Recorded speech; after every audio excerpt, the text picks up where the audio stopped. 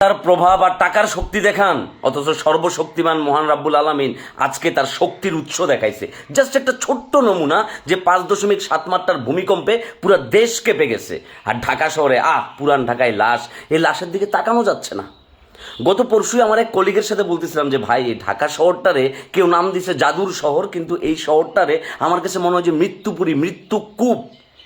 যখন বিকাল 4টা বাজে, মানে যখন বিকেলবেলা গার্মেন্টস ছুটি হয়, মানে আপনার কাছে মনে হবে যে আপনি একটা জীবন্ত নরকে হেঁটে বেড়াচ্ছেন।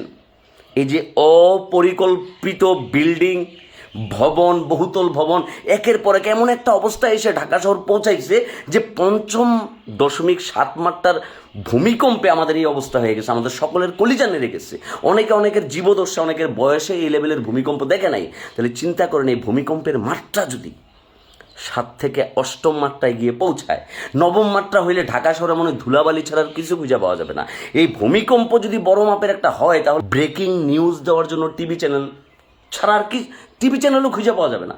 সুতরাং এটা আল্লাহর রহমত, এটা আল্লাহর পক্ষ থেকে একটা সতর্কবার্তা। মানে আমার মতো বহু পাপী মানুষের মুখ থেকে আজকে সমস্বরে উচ্চারিত হয়েছে লা ইলাহা ইল্লাল্লাহু মুহাম্মাদুর রাসূলুল্লাহ সাল্লাল্লাহু আলাইহি ওয়াসাল্লাম। আমার মতো বহু পাপী বান্দা যারা এই ভূমিকম্পটা আজকে কি অনুভব করছে, আমরা যারা ধর্মকর্ম করি না, তাদের ভেতরে ওই সৃষ্টিকর্তার ভয়টা চলে আসছিল যে ভাই, আমি যদি এখন মরে যাই আমার কী হবো ভাই।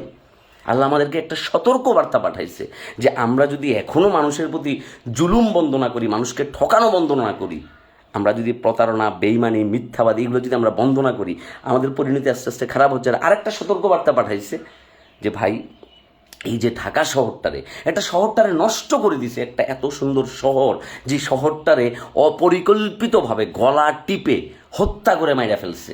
যার যার লোভের কারণে, দুর্নীতির কারণে, বাটপাড়ির কারণে, চাহিদার কারণে, মানে এত লোভ চাহিদা আমাদের। অথচ এই শহরে একটা ছোট্ট ভূমিকম্প পুরো শহরটারে কাঁপাই দিছে। পুরো শহরের কাঠগুলো আগে থেকে উড়ে চলে গেছে অন্য সাইডে। তাহলে কিসের এত অহংকার ভাই?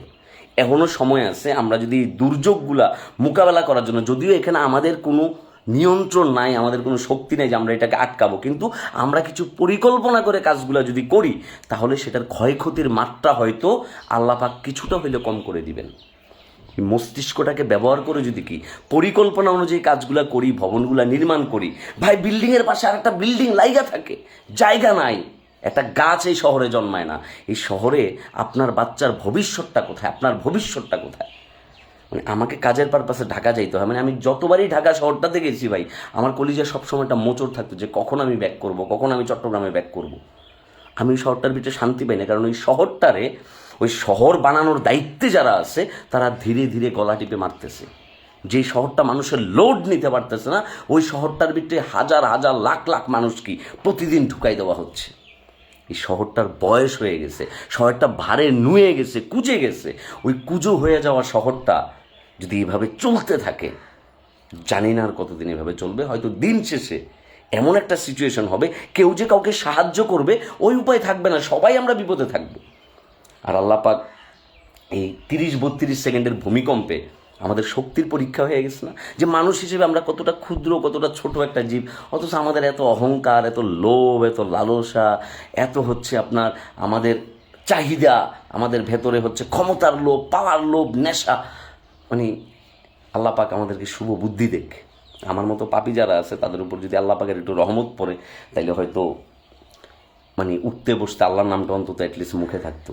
যাই হোক, যে যেখানে আছেন নিরাপদে থাকেন, ঠিক আছে? দোয়া করি সবাই সবার পরিবার পরিজনের লোকজনের একটু ফোন দিয়ে খোঁজখবর নেন, আত্মীয় স্বজনের একটু ফোন দেন, এই বিপদে আরেকজনের পাশে থাকার চেষ্টা করেন। আল্লাহ সবাইকে হেফাজত করুক, আল্লাহ সবাইকে আপনার সহি সালামতে রাখুক। আসসালামু আলাইকুম রহমতুল্লাহ বরকাতু। শুভ মধ্যাহ্ন, জুম্মা মোবারক।